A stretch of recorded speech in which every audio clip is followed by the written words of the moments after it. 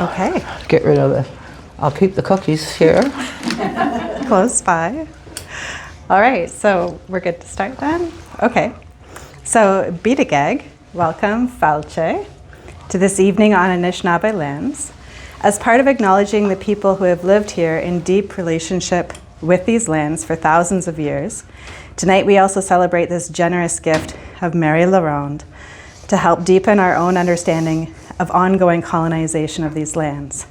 Tonight, Mary will share some of her own experiences as an advocate for our earth for the last 50 years and as a Temagami Anishinaabe land defender since 1982. Mary's kindness and wisdom has been passed on to her wonderful, talented, and brilliant daughter, Bobby, who I'm thrilled to also call a friend of mine. I invite us all to drink deeply from the waters of Menan and to the knowledge shared by Mary.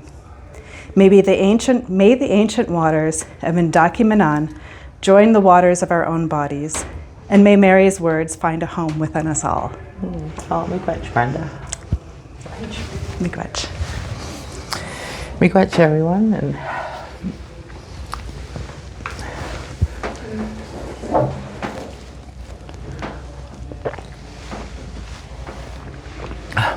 Nabi, right?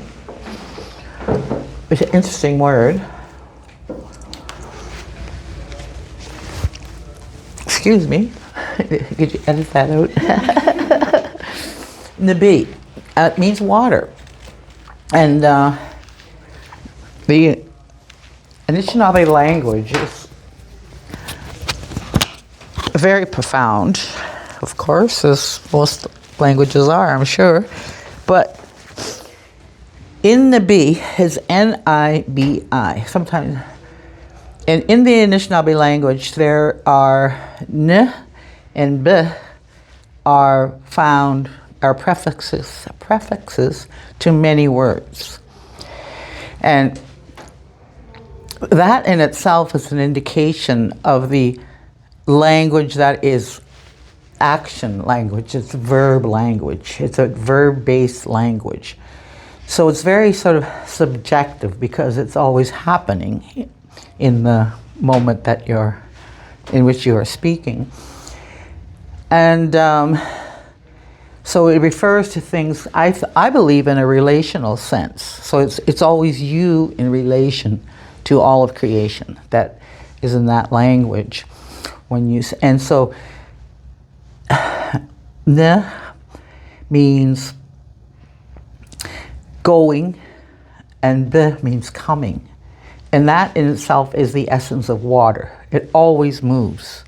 It's either coming towards you or going away from you. And in that little word is all of that concept, which is the essence of water itself. And so that and water is like the first thing in the first thing in creation actually is sound. And it's kind of interesting because in a lot of cultures that's the actual first creation is sound. And in Anishinaabe worldview, the sound of creation is the shaker. And you know what makes that sound? Poplar trees. The wind and the poplars make that sound. Especially, sorry, I don't know, I'm so choked up. Especially when especially when they're that golden color in the fall and they're all crispy and they're hanging on and they make that sound.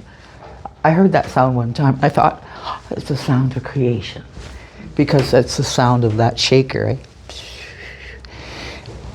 And sound, in the beginning was sound. In the Bible it says, in the beginning was the word, sound. And I do believe that in the Eastern worldviews, that Om is the sound of creation. it's sound. So that's just something that just came to me, I don't know from whence that came. But so that's just a little sort of a introduction, I think, to what I want to talk about tonight. I'm going to sit down so I can see my screen. So I titled this A Living Title to Ndaki Menan, and you'll see why. We say we are the living title to the land, the people that have been here since all of creation, since the beginning of time, which was for us in Ndaki Menan, that land that you see there, plotted on the map, is 10,000 years ago. Oh, there it is. And so there's a seismic change there, right? So anyway, so we our creation story is at that place. So I'm just going to go through the slides, because I might be repeating, I think, because my slides give me this kind of latitude to say a lot of these things as I go along. And I do have some key messages that I want to leave with you today.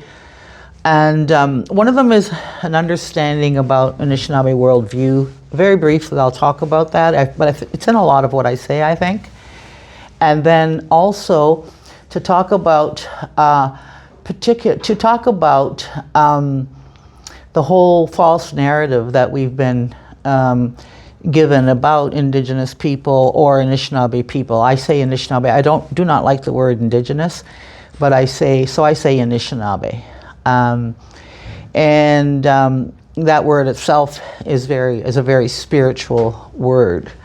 That's the other message. And then but the talk really goes through this long, I think this year it'll be 150 years. What year is this? 2026. One more, 149 years since we've been having this fight, or this struggle to have our land and our people acknowledged in a way that is fair and just, and as people, really, because even today the country operates on a foundation which starts off that we're not people. That's the underpinning of Canada. It's also the underpinning of the whole judicial system and all law. That is still the basis of law in Canada and in the United States. And the doctrine of discovery says that that Europeans can go forth into the world and take whatever they want, because these people they're not people. They're savages, Saracens, they're heathens, and so it was less than being people, and that's why things could just be taken. So it reminds me of a story of in the Torres Strait there in Australia, and a fellow that I had the great honor to meet. His name was Dr. Peter Russell. He was there with an elder, and the elder said to him, "How could they just come here? They came here and they put this flag in the ground and they said, 'This is ours.' How can that be?" He says, "It's magic. They have magic."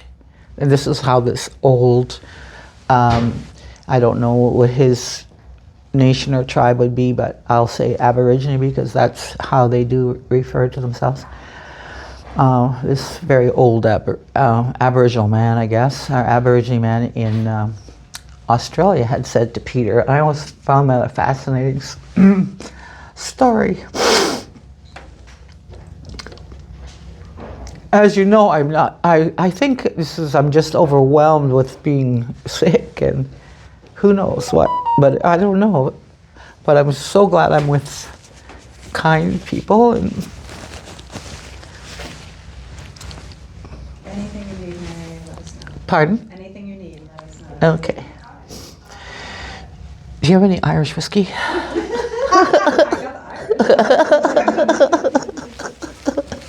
That would do. Anyway, so if I could not be an Indian, I would be an Irishman. There's a song called that, by the way. Yeah, because they fought the British for 700 years. Why? They're Indian to the core. You know, it's part of the song. But anyway, written by a man from the United States. Okay, so first of all, let's talk about this. I'm going to go to this next slide. Okay, now a land acknowledgement. You did a land acknowledgement, which I thought was beautiful. But one of the things that I always like to talk about is about the land acknowledgements. And this is one that I wrote for a high school friend of mine who was performing in Temagami one day, and she said, I would like to do a land acknowledgement. Would you prepare one for me? And I normally don't do that sort of thing, but because she was a friend, and so I did. And so this is what I had come up with, and she read it out. I was so proud of her. But so on the traditional territory of the Temagami and Anishinaabe, one of the misconceptions we have about the land acknowledgement is that this was the homeland territory. It is not history only. It is true today, and it will always be true. What this means is that we are settlers here. We are guests in this home. We enjoy the benefits of these lands we call home because of the dispossession and theft of land. We enjoy the benefits of this land today as a result of the genocidal policies of the colonial government of Canada.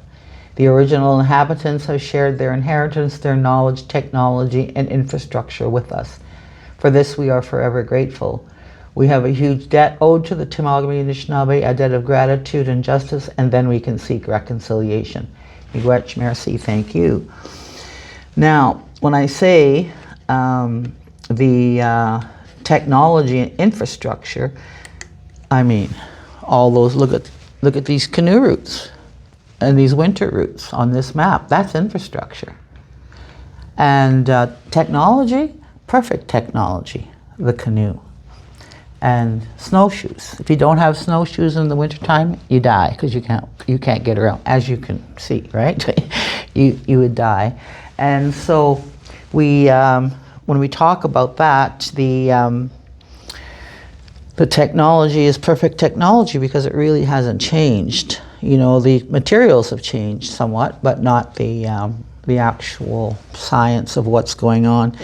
And there is a huge science to snowshoeing, a huge science to canoeing, and those kinds of things. But we're not taught any of that. We're taught that that's sort of primitive, you know. So being taught, I was in grade 5, my textbook was called Buckskin and Breastplate, and it was all about how, you know, Europeans came here from South America to North America. There was this conquest, and aren't we all glad that happened?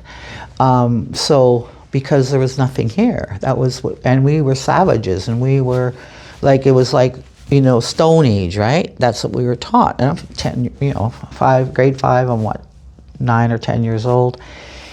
And I always felt so like, why didn't we invent the wheel at least? Like, because that's what we learned. We learned that the invention of the wheel was this wow. And then everything just took off from there.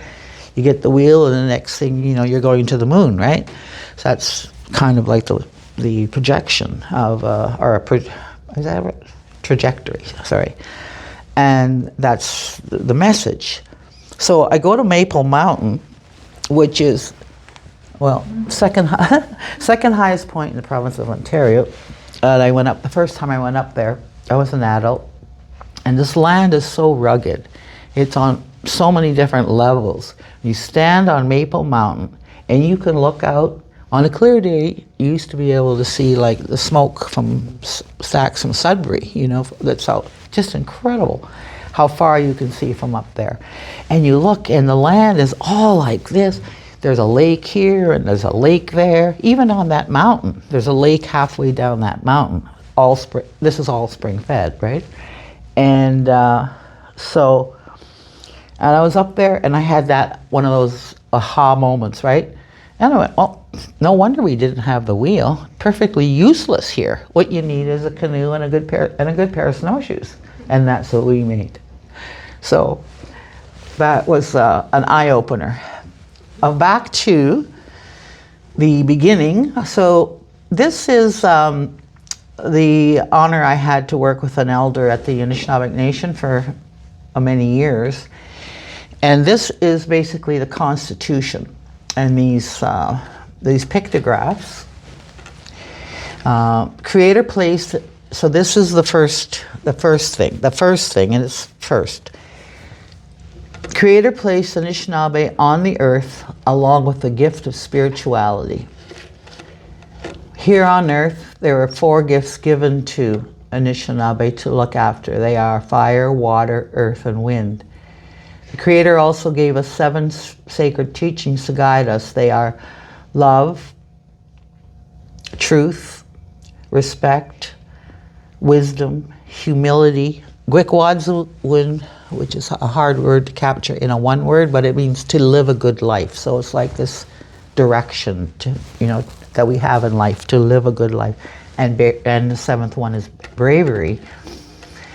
Creator gave us sovereignty to govern ourselves, and we honor the past, the present, and the future. So that, in a nutshell, is Anishinaabe worldview. This is our recital to the Constitution. Now, when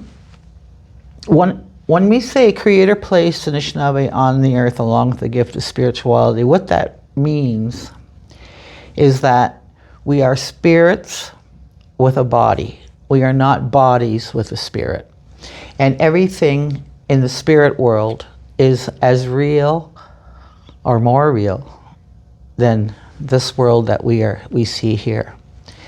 And so, and the knowledge that we have, and all of these things come from the spirit. So I heard Wade Davis talk one time. He's a very famous explorer, ethnobotanist. He used to teach at Yale, I think. And he was working for pharmaceutical companies, and he was in South America, Borneo, and he's from BC, so he spent a lot of time with rainforest people there and medicine people there.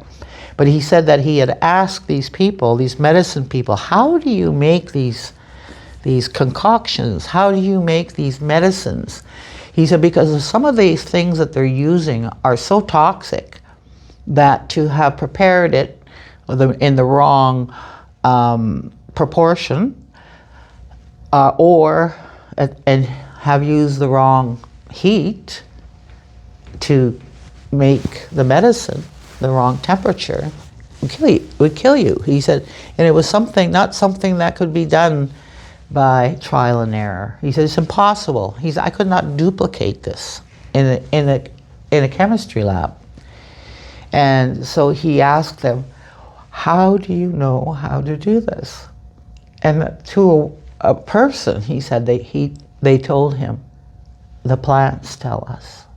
Oh, the spirit tells us. So this is this practice of learning or communicating with the spirit world, and which is very common among people who are still living that pagan lifestyle, as they call it, which pagan means of the earth, right?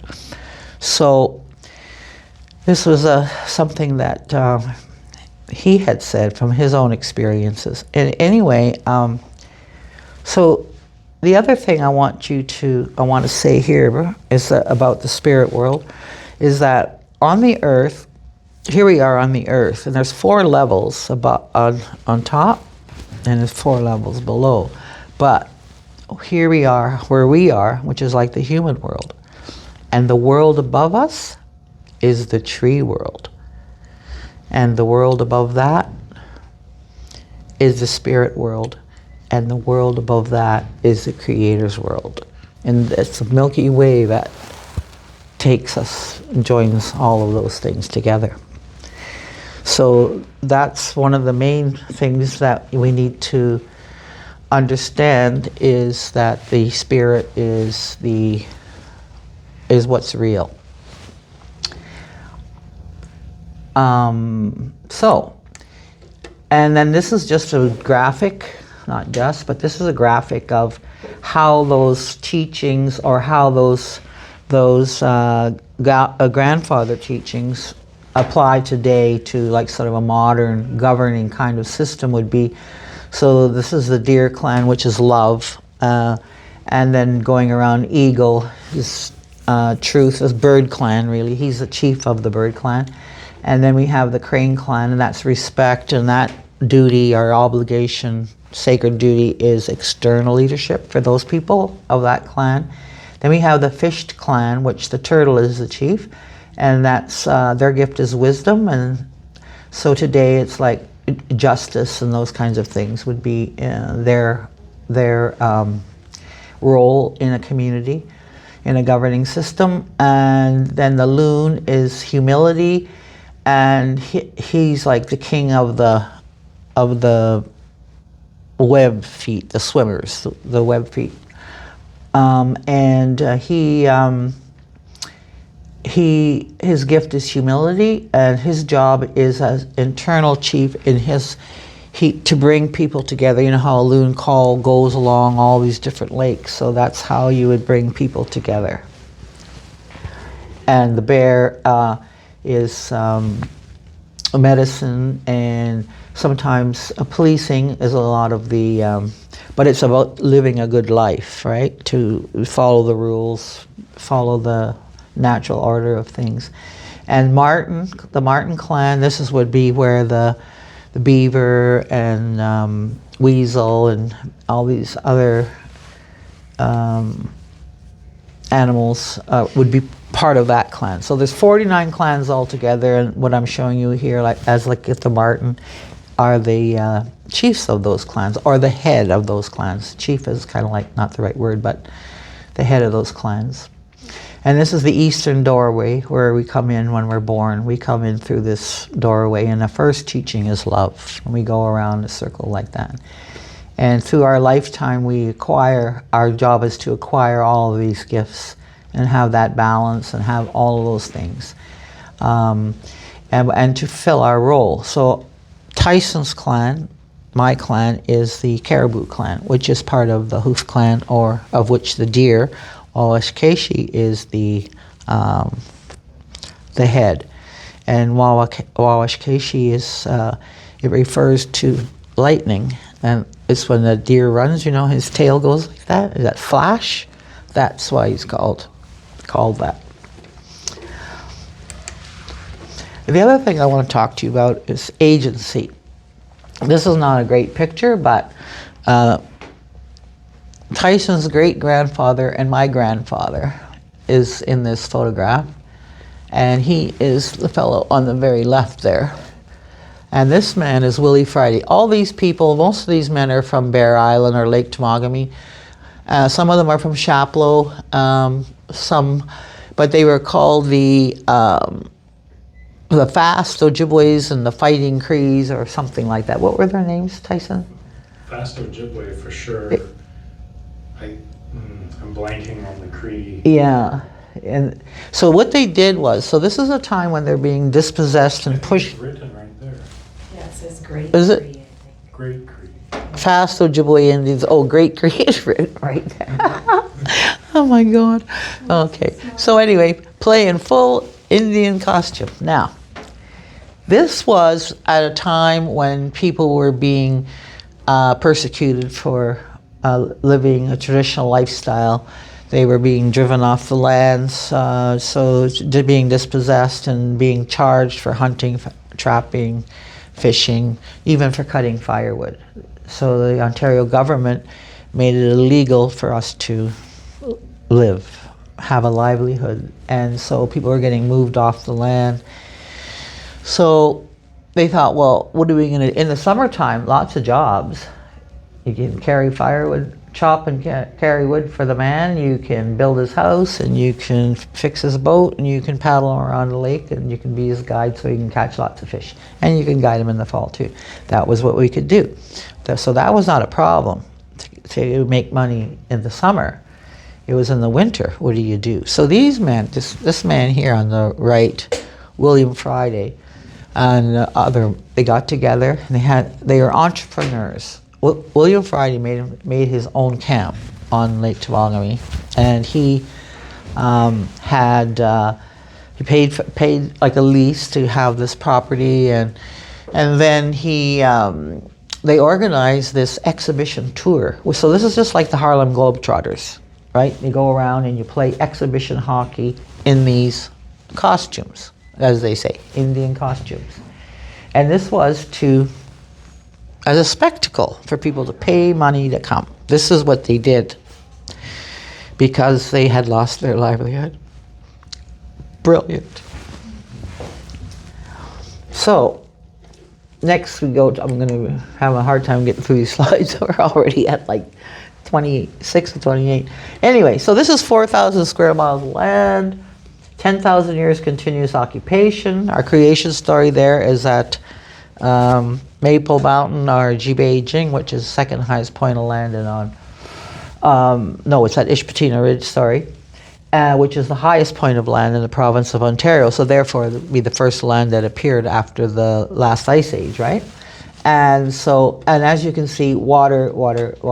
So this is land is bioregions. It's a bioregion. It's where the boreal and the Great Lakes St. Lawrence forests transition and meet. So it's just a cornucopia of animal flora and fauna species.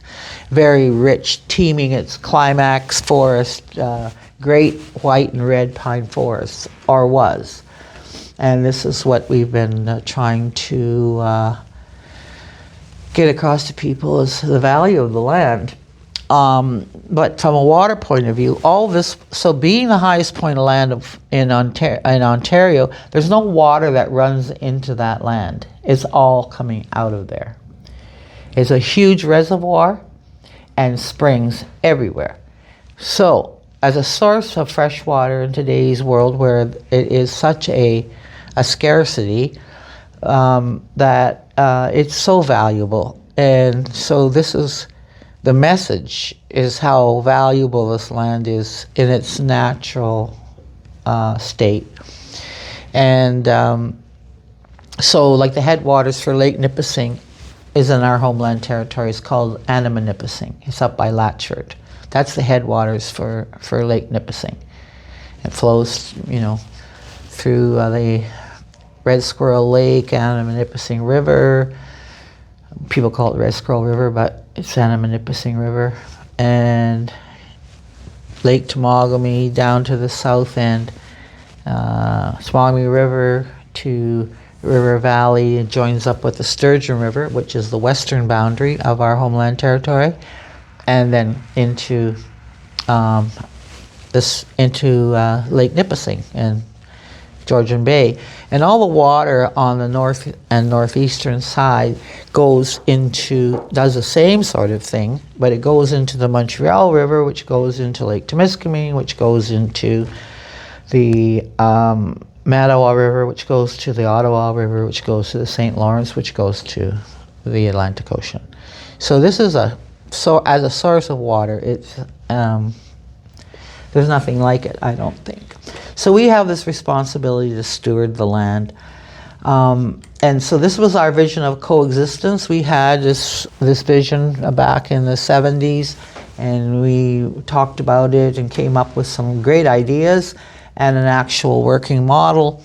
So we saw that it would be that the stewardship of the land, as people, our human duty is to care for the land which we live on. And so that would be the basis of a relationship between settlers and the Anishinaabe people, would be based on this shared responsibility. And so with that, we could reconcile our inherent rights, which basically are human rights, and we could, with the people of Ontario and Canada, and that we could maintain our Aboriginal title. I say that because that's the legal concept, and interest in land and we would have coexistence and co-jurisdiction. So we would be able to basically have a deciding say in what goes on our land through this co-jurisdiction with the province. And we all have that responsibility, as I said. So the political landscape in the late 1980s, we did a lot of activism. There was the Red Squirrel Road activism in 1988, the Goulard Road in 1989. These are logging roads going after what was called old growth pine forests.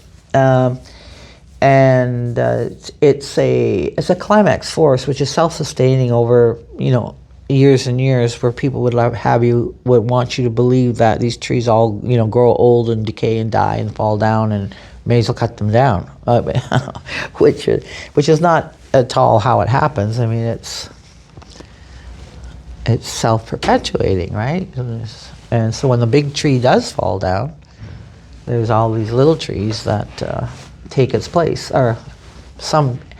And anyway, so and then in Claycoat Sound, I think, is that Fairy Creek? I think so, eh? I thought it was, but I'm not sure. I think it is, yeah. That was in BC at the same time. And then the United Nations brought out a report then too in 1988 called Our Common Future. It was also called the Brundtland Report. And it was about sustainable development. And so we have land cautions and the freezing of the registration of title. We put land cautions on 110 townships that comprise Menan, and it's like 4,000 square miles of land. A township is 36 square miles. And so we put cautions on those against title, which means that whatever state the title was in, it's frozen like that. So that meant that so-called crown land could not be sold. It could not change its title. It meant that there was no mining registrations, because mining requires is a burden, as they say, on title. Whereas, you know, so mining was frozen, and then we went to the Supreme Court of Canada. So I already talked about the doctrine of discovery, and as my elder Art Solomon Ba used to say, the justice system, which amounted to illegal theft. Anyway, the whole thing is about land and always will be about land. And here's just some facts and figures about the Red Squirrel, about the blockades. The one at Sharp Rock Inlet here, this red dot, was in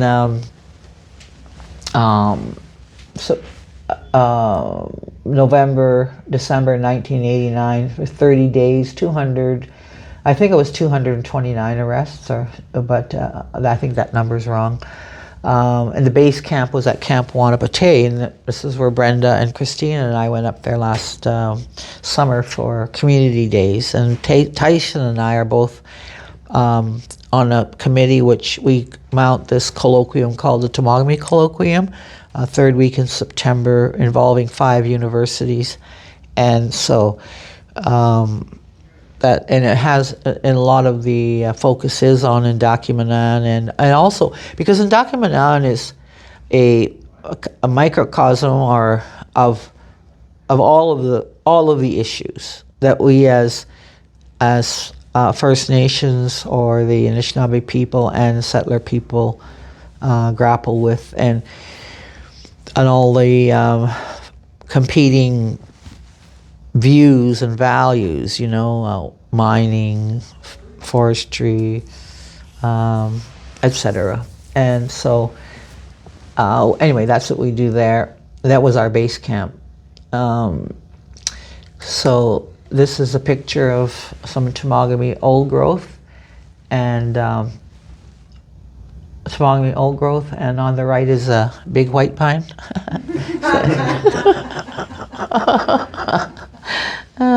Marvin, that's our friend. He's involved in the colloquium as well every year too. He's a poet and a very a writer of essays as well. This is the Temagami Wilderness Society, had the blockade. There's Bob Ray there before he was premier, and there's our great leader, Chief Gary Potts, Ogama Gary Potts. The man with the beaver hat is Frank Beardy. These people came down from Muskrat Dam and Big Trout Lake in northwestern Ontario, and a lot of them were elders, and they came on a bus. I think it took them like 2.5 days or something like that. And they came and to sit on the road with us to block the road against the construction of it, because we were in court, still in court. Plus, we hadn't made it to the Supreme Court of Canada yet. Supreme Court of Canada, and also and they were cutting down the trees. And why they could cut the trees? We had an injunction. This is why we did the blockade. We went all the route. We talked and we tried to make good moral sense about and just sense about what was happening.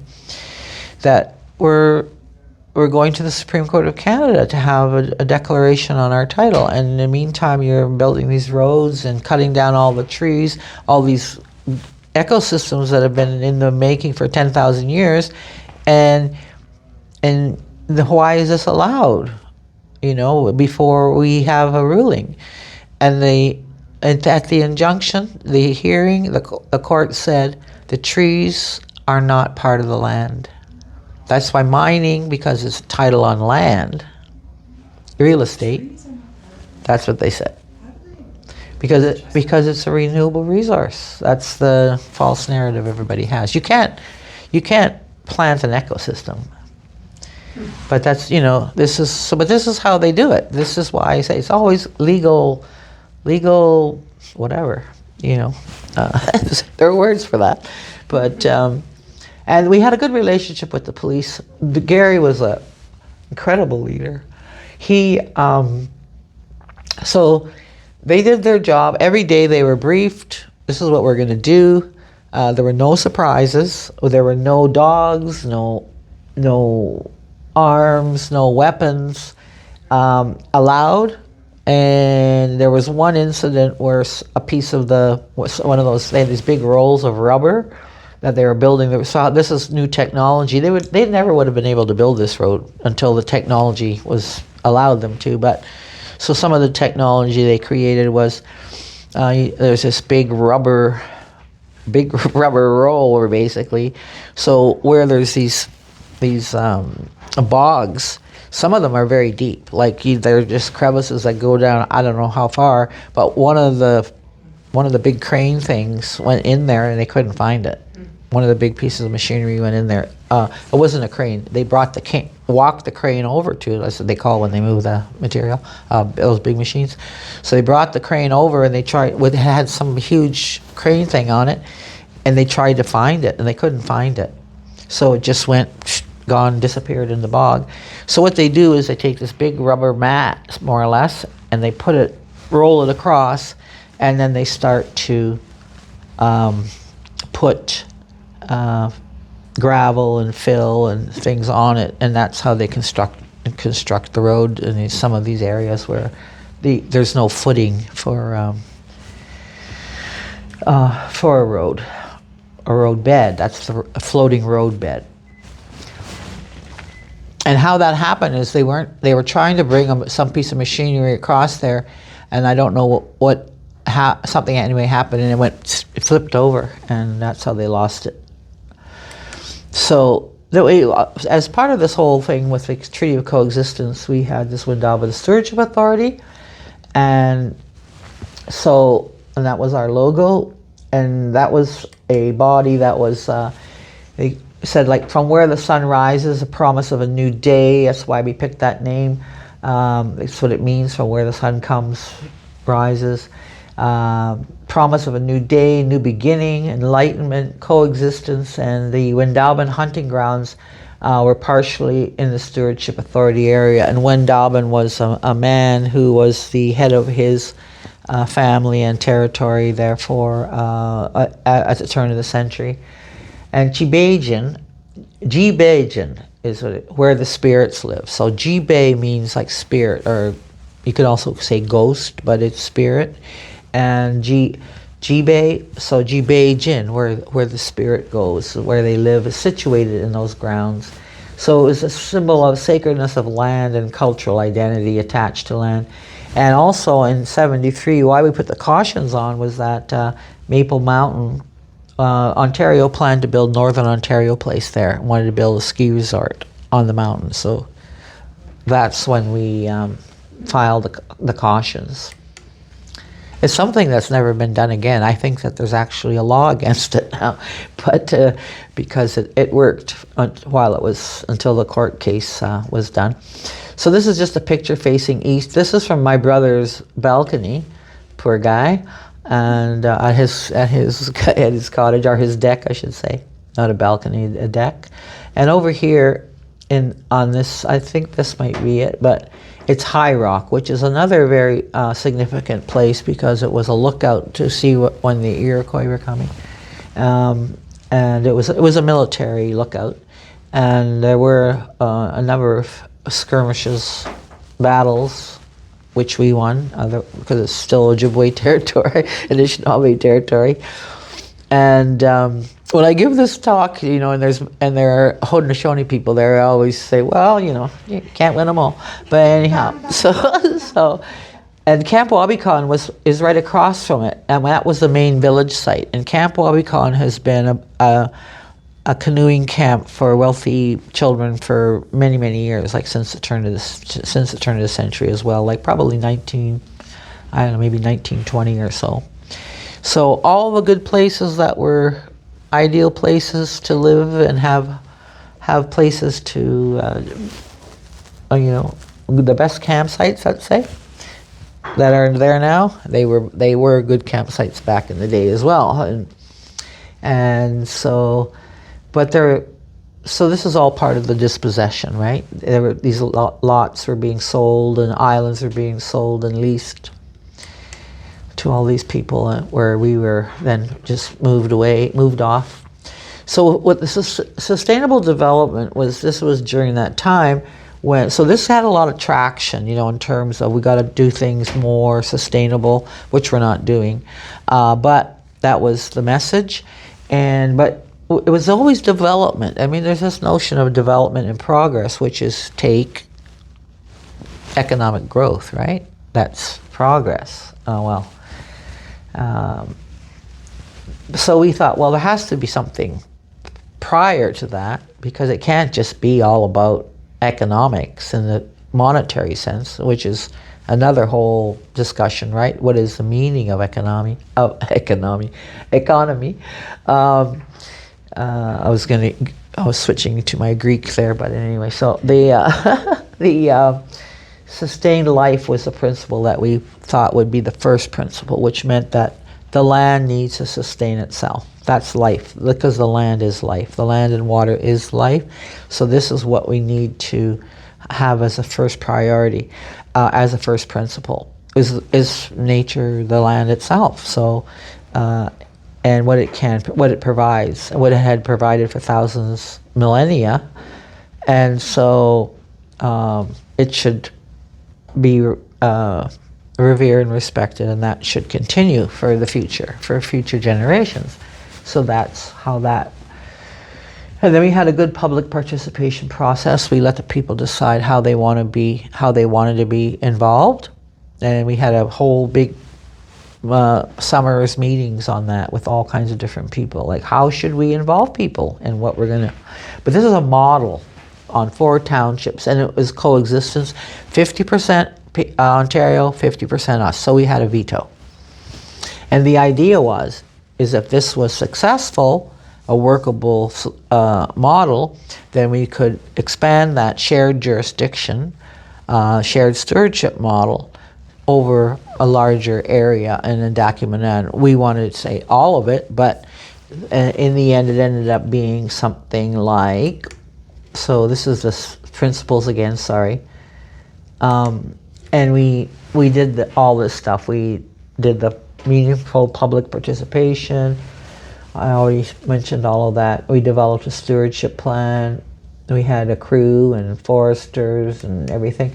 But anyway, it wasn't rational in the sense that it's only 4 townships. So a stewardship unit, we believe, should be a watershed as a management unit. because that's the way the land is, and not these squares, which is how it's still being done in Ontario. And the other thing is the Minister of Natural Resources, even though we had the blessing of the Minister of Natural Resources, and in fact he said that we had his authority. That's what he said. You are me in this model. Everything that I can do is what you have the authority to do. So we had all these jurisdictional challenges. And because people didn't believe that we were able to do this, and they didn't see the value of having Anishinaabe people having that sort of authority on the land because of this grade 5 textbook that everybody had, right? And even when we were talking in negotiations, we had to talk with the people in the townspeople. They did say, one of the Reeve at the time of Temagami said, when he realized what was going on and how we would have our own area of our own sole authority for us to do, and then we would have shared, and then Ontario at the top, and would have their own. All of a sudden, this fellow says, the people at Barrow Island are going to be better off than the people in Temagami. Can't have that. So why is that? That's a question. Why can't Anishinaabe people be better off than the people who came here? Why shouldn't we be? I mean, it's certainly not that way, despite $10 billion. But anyway, so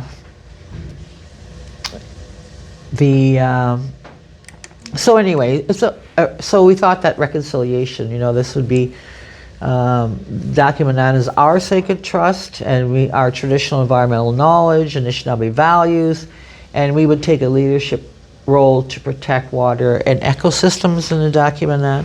And the other thing is that we were developing shared land ethic versus corporate colonialism, which is what's happening now. And there were many opportunities for partnerships and regional prosperity. So the Wendawan stewardship model is workable, just, and necessary to provide for generations not yet born. And I still think that this vision of coexistence is the way we need to go. So this was the map that we had thought would be the final outcome of a treaty of coexistence. So from this line north up, this is in Menan, there was, that would be Ontario sole jurisdiction, and we had a process in the decision-making process that Ontario would do, which is actually even stronger than, even if the duty to consult was honored, what we had there was still a stronger process than what is in the Supreme Court ordered duty to consult, which the provinces in Canada don't follow. So that's the other problem. The governments don't follow their own laws. And I think a lot of people see that, and it's in their own day-to-day, right? And then all this other 2/3 of the land was under this stewardship authority, and our land that for sole jurisdiction was basically this land along the northeast arm of Lake Temagami, because we wanted to have road access. There's the highway there. So, and then this is just a picture of, just an idea, just to give you an idea of how much water comes out of the ground there. This is a cliff, and this is water. This is a spring up there, which, water runs. Moving water never freezes, so this water just drip, drip, drip all winter. And ice climbing is becoming a bit of a thing in Temagami now.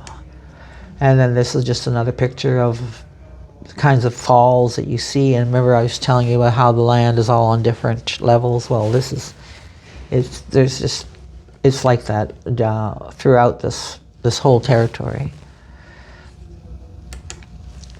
So we have a water policy which we put in place in 2023, but no one is really, it's hard to enforce these things. Even among ourselves, there's like we're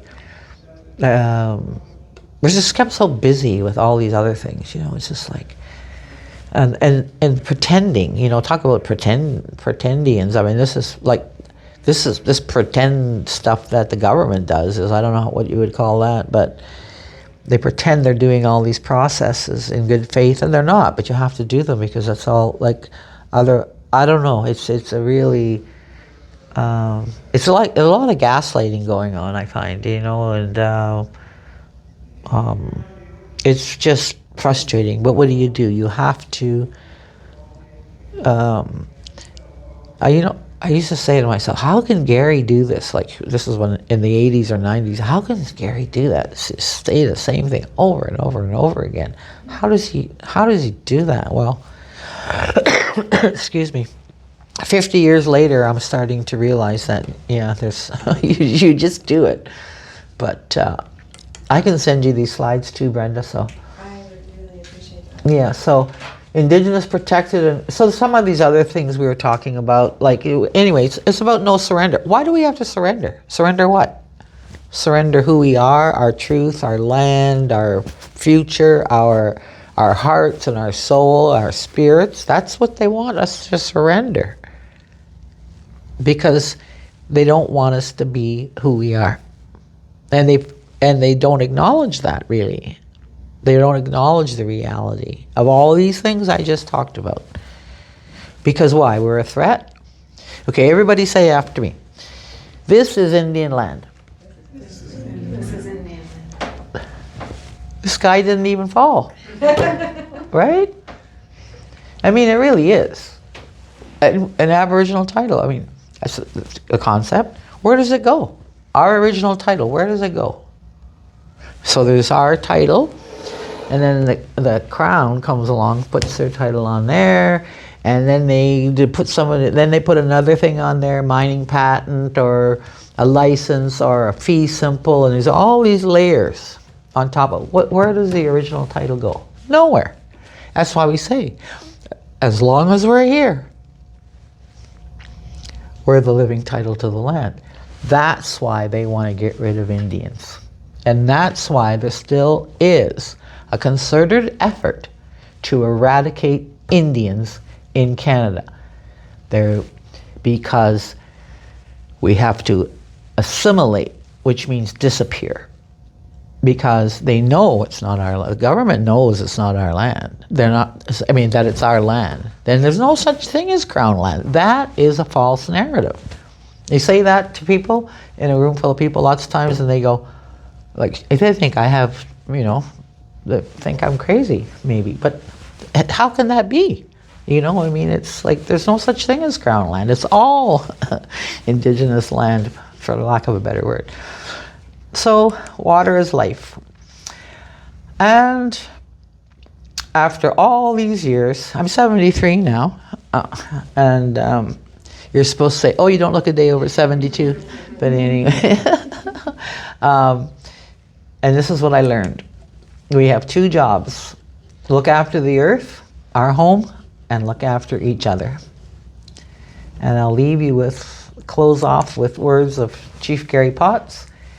The industrialists want to make Kendaki Menan a desert, and the environmentalists want to make it a zoo. So, provocative guy he was. So that's my presentation, and I hope you liked it. There's a lot to take in. So, and I suppose I went way over time, so. No, you're perfect. You're perfect. Oh, I did it in 1 hour. How about that, Tyson? Yeah.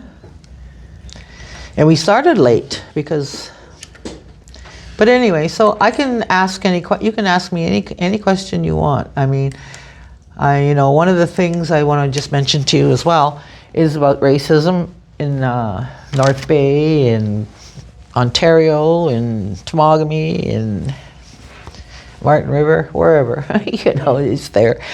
I still get it sometimes.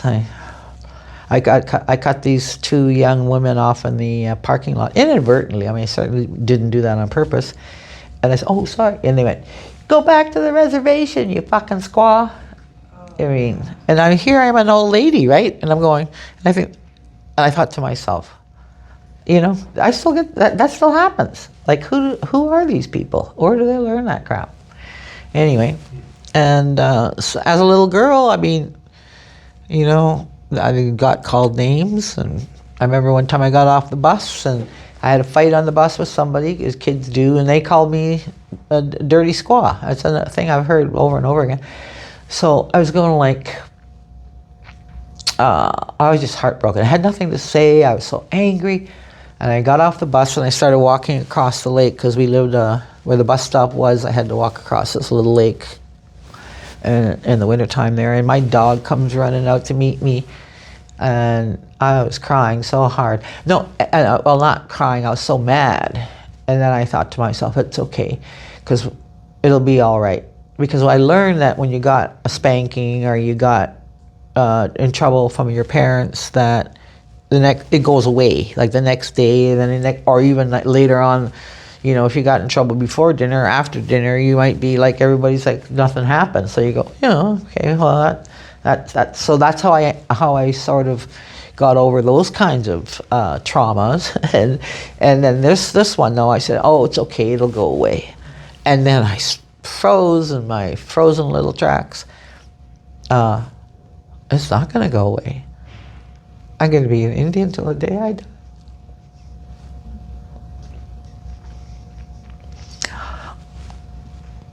I'm sorry, I don't know why I'm so weepy today. But I was like 8 years old. And I cried and cried. I cried myself to sleep that night, because there's no way out. That's what racism does to kids. Oh boy, oh boy, oh boy. And then you try to emulate your elders and be dignified and love anyway.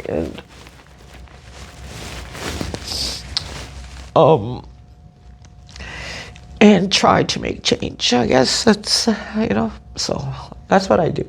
You do. Anyway, I'm sorry for crying. There's something wrong with me today. Of all the rooms, we all really appreciate you. Okay. Bad day. A bad day to be the star. Maybe. Oh God. Okay, let's have some. Can I ask a question? Sure, please. I know I would really love to have the discussion. Is the best part, really. And I have no idea. This is the thing that I struggle with a lot, trying to figure out, is that I know that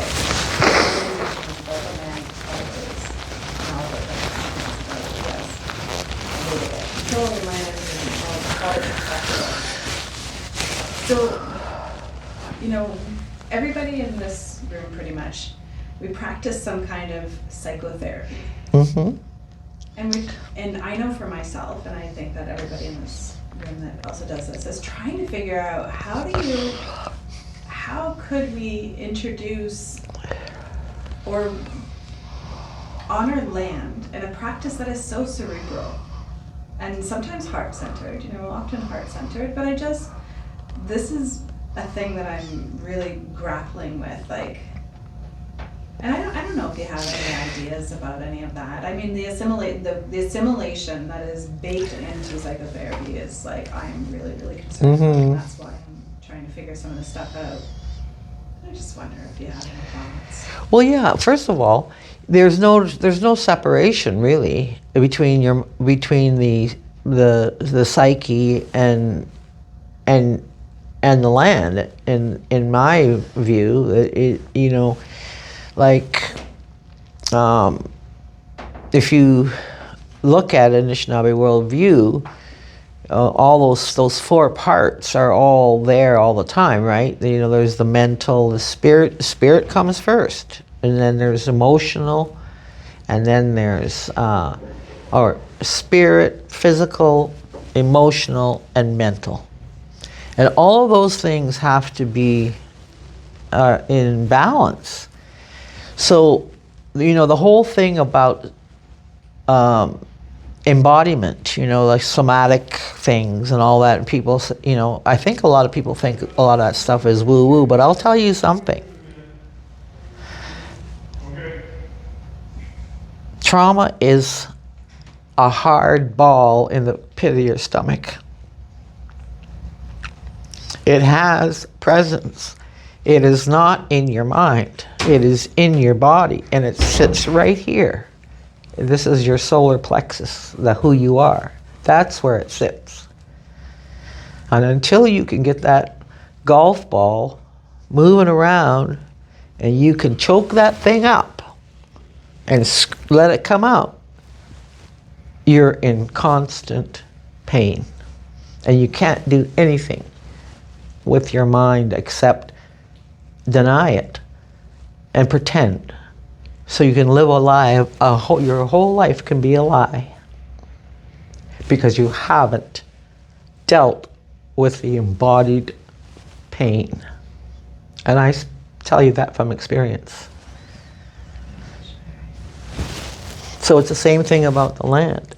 And they say, like, the land is a sentient, it's all part of creation. It's all there. It's all spirit. It's all one thing. It's not this and that and the other thing. It's all really together.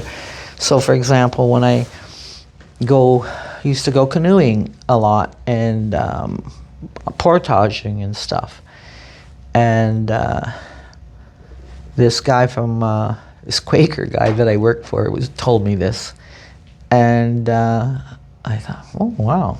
He says, "You see that rock?" He says, "That's not an obstacle. That's there to help you. So when you step on that rock, you're carrying that 75-pound canoe," they were at Kevlar, thank goodness, "and you step on that rock, it's helping you take the next step. They're not obstacles. And when you lay on a rock, it's not hard." So you get so much from the land. Like, I went to Dreamer's Rock, which is right across from Whitefish River. It's on Whitefish River Reserve lands, right just before you get to Little Current. And Elder Art Solomonbaugh took me up there. Not just me, but a bunch of us. We were at a spiritual gathering at Anishinaabe. What was that called? It used to be the Jesuits had a place there, where they were integrating Anishinaabe things in their in mass and all these other things. But anyway, so the elder had been a deacon, and then he got saved and went to the Medayman Lodge. But anyway, he wouldn't say that, but I said that. He took us up there from Anderson Lake was where it was. Anishinaabe Spiritual Center. That was the name of it.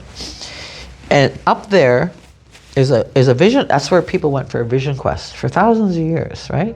And you go up there, and there's this kind of indent in the rock. And he said, "Lay down on that in there, in that indent." Is that indent there from people laying in that rock all those years?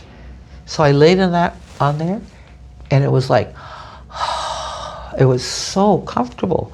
All the points, pressure points, there were no pressure points. And I'm talking about pure granite, mostly quartz. You know how white those hills are on Manitoulin, the Lacoche Mountains. That was a spiritual experience, just laying there. Never mind, being there forever. And an eagle came too when we were there. It was really interesting. But so that's the other thing. It was about the body is that's real. Like the earth will cry with you, and it's they say all those things, and I've done that before too. It's just laid on the ground and cried, and it just kind of takes which maybe that's go make a snowman and have a good cry maybe, or after I leave here, I don't know. But it's Yeah. So I think that in the practice, particularly with bringing earth into the practice, is that it's to acknowledge that the earth is that, you know. You need to, not you don't need to, but I mean, I think that it would be in the view that the earth is alive, you know, and is vibrating with you, or you are with it, or whatever. It's all, we're all the same. It's all spirit. I think if that, because I did have that experience with the golf ball. That's why I can describe it that way, because I had that. I had that from as a little child. And I got triggered in a movie theater. And when I was 30, let's see, 1987 or 86 it was, so let's say 87. So I was like 35 years old, or going to be 35. And I'd taken my daughter, and this woman I met from Moose Factory, I'd met her in Temagami, but she was, I ran into her on the street, and she had a little boy that was the same age as Bobby. And we went to see The Song of the South, a matinee. I'd never seen the movie, and Bobby loved Disney movies, and so away we went to see The Song of the South. Well, when I was a little girl, I was teased. I was called Tar Baby. And in that movie, then the Bear Fox and their Bear Rabbit, they're in the cornfields, and they go, "Oh, there's that Tar Baby. He's a scarecrow." And it's a racial. It's the pickaninny, you know, with the black face and the big lips and the whole. He's made, and that's why they call him a Tar Baby, right? Because he's made out of tar and straw. And his face is this black tar with this caricature, that Al Jolson face. And anyway, so they go, and they're always trying to get. So he's between them and where they want to get to the. They want to get to the hen house, I guess, or to the garden. I can't remember now, but they want to get past this, but this Tar Baby scaring them. So they go, well, let's just get that Tar Baby. So they go there and they start beating the crap out of that Tar Baby. That's when they get all tangled up in the tar. And when they said, let's get that Tar Baby, and they start beating it, I couldn't breathe. I could not breathe. And Bobby goes, "Mommy, what?" And I said to Grace, I don't know, I said, managed to get it out, watch Bobby. And I took off out of the theater, and I went in the alleyway. This is in London, Ontario, and I was going to school down there one year. And I went in between the buildings, and I was just like, I was totally like nauseous or something. I was heaving, like dry heaving, and I was like, I couldn't breathe, and I was choking. I could not get a breath. And then this thing was hard, and it went, boom, boom, came up. And it hurt so much physically. Because you know how when you swallow anybody ever swallow an ice cube accidentally? Mm-hmm. And how much that hurt when it's going down? Like, it really hurts, eh? Well, that was what that was. The same size as a golf ball coming up my gullet, and my throat, and it's choking me. So that's why I know that is real. And it took me 1 year of talking about it, every chance I got, which, wasn't every day, mind you, but before I could tell that story without crying. And funny, that's the only thing I'm not crying about today, but anyway, so this is a true story. Like, I'm not, how could anybody make anything like that up? So that's something to understand. And the only way you can get at that is, unless you're triggered, is through, for me, it came with a desire to heal,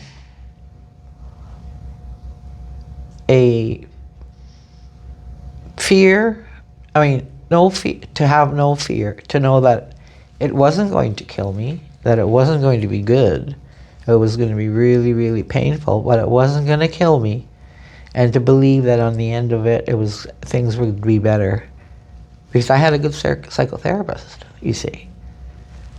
And so I learned how to be still and to let my body inform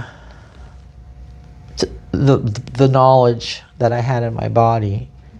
I allowed it to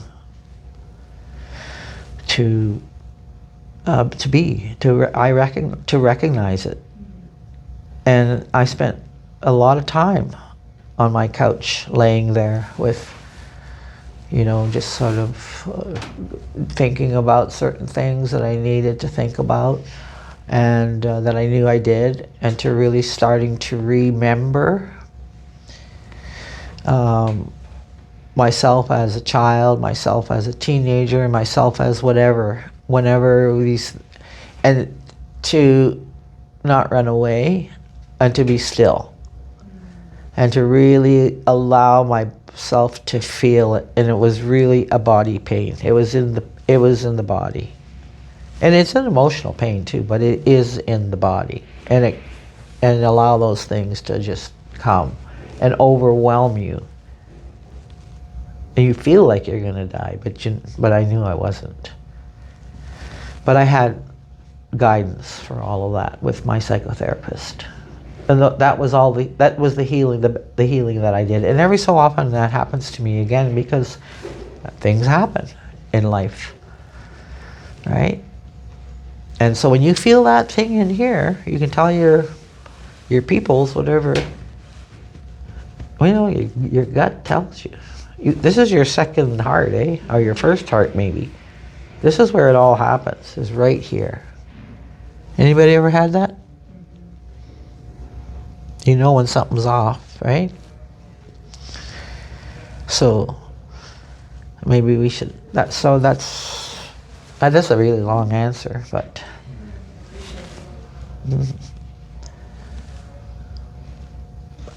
I have a question.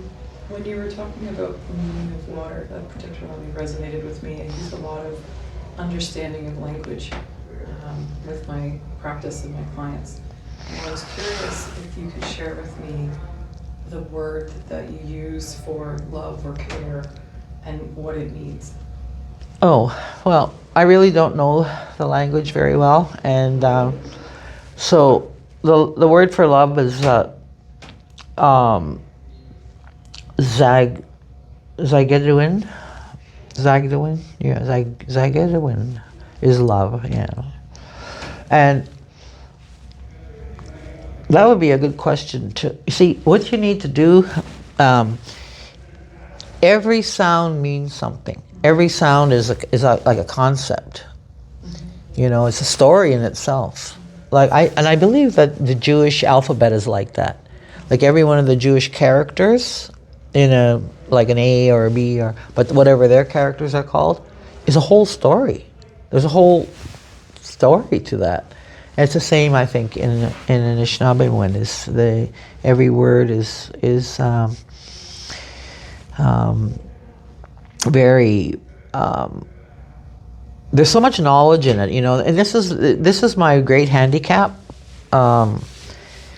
Is not knowing the language, because and everything, but I do know about the language. I was told by language speakers when they were explaining different things to me, and Thank you. I appreciate it. Okay.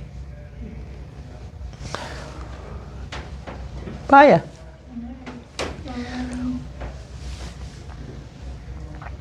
I guess I'm wondering if there's a way to incorporate water into like a clinical therapy practice.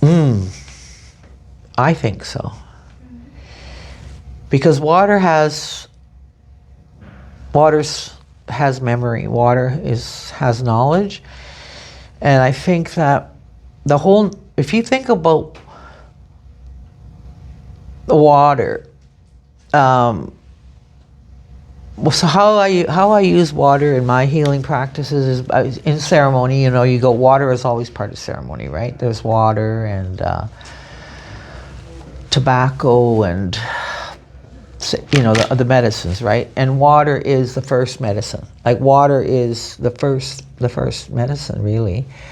And how I use water in my healing, my personal healing, was believing that water had power, and because it does, it's more powerful. Water takes down a mountain, right?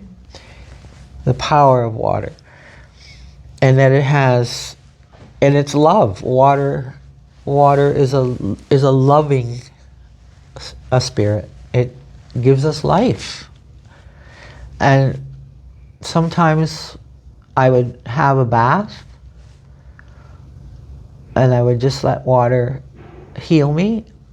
It's all about being still and believing in the process, and even showers, like when you have a bad situation, or like when women are assaulted, I guess, or I think that it seems to me that one of the first things they do is want to wash, right? They wash it off, or if you're near somebody that really creeps you out, you feel like you're dirty, you gotta wash, right? That's happened to me. Like if someone touches me inappropriately, which has happened to me a number of times, was the instinct, is to wash it off, wash it away.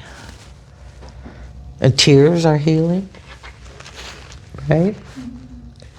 So I think it's just how you think about water, and you give it that power. And also, this is what the elder told me to do, is when you get up in the morning, the most profound prayer is thank you, miigwech. And one of the first things he said we should do in the morning is you get up and you say miigwech, that you opened your eyes, and then you go in and you have a glass of water, and you talk to the water, and you give the water your love. You say, miigwech, I love you. And you do that with water, and it becomes holy water. And then it will heal you. It's all about whether or not you are in that flow, That again is just my own experience. So, Thank you. mm-hmm.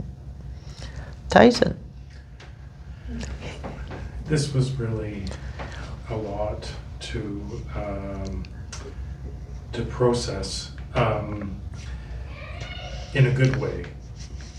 I'm reminded of what you were saying about surrender as this thing that is kind of illogical in a sense, because there's always that underlining title or responsibility to the land that Anishinaabe people have. And no treaty or no sort of legal process can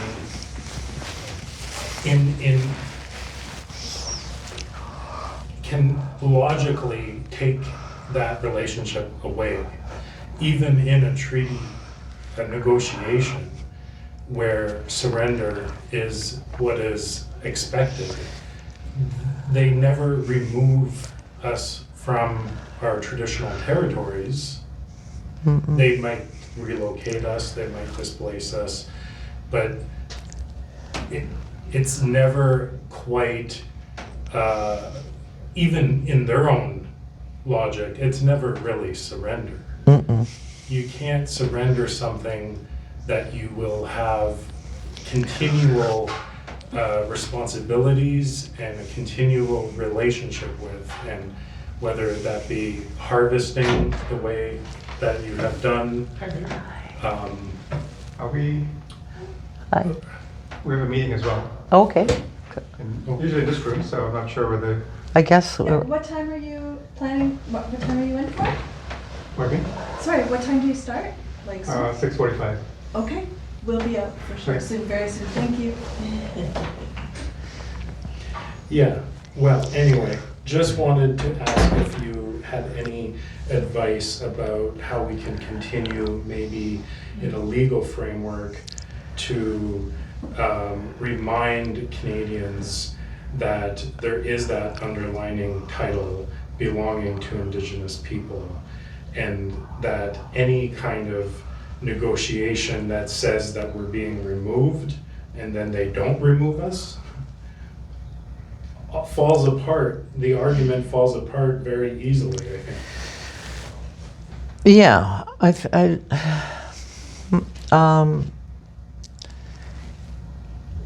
yeah,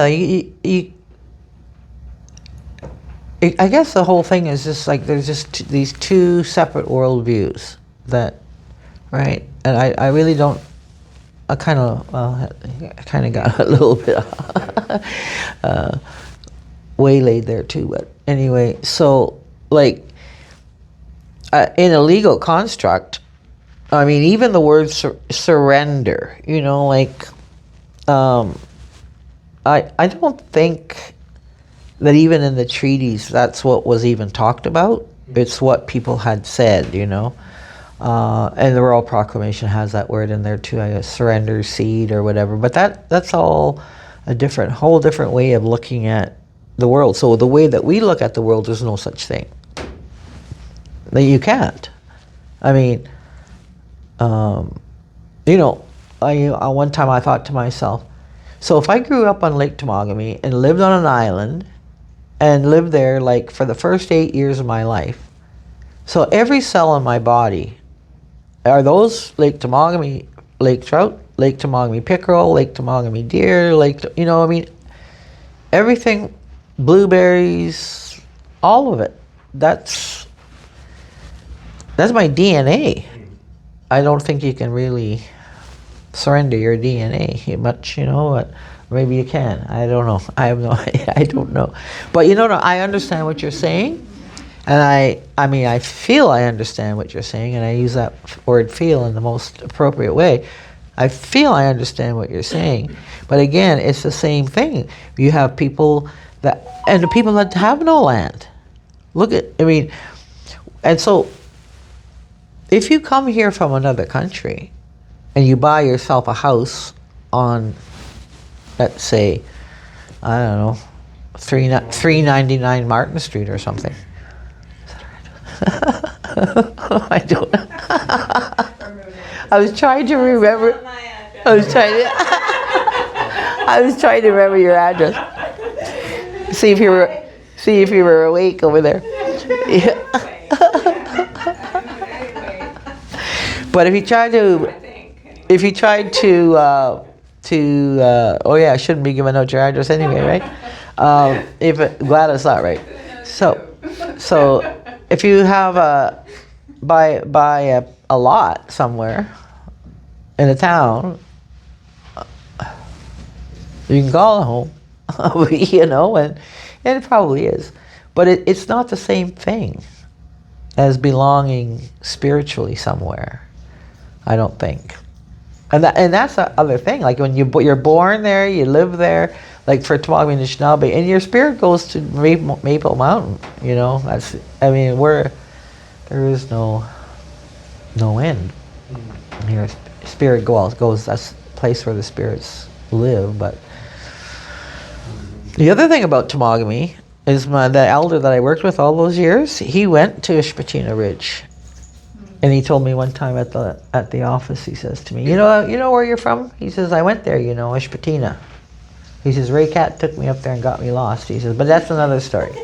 He says, but you're not from, that's not the name of where you're from, you know.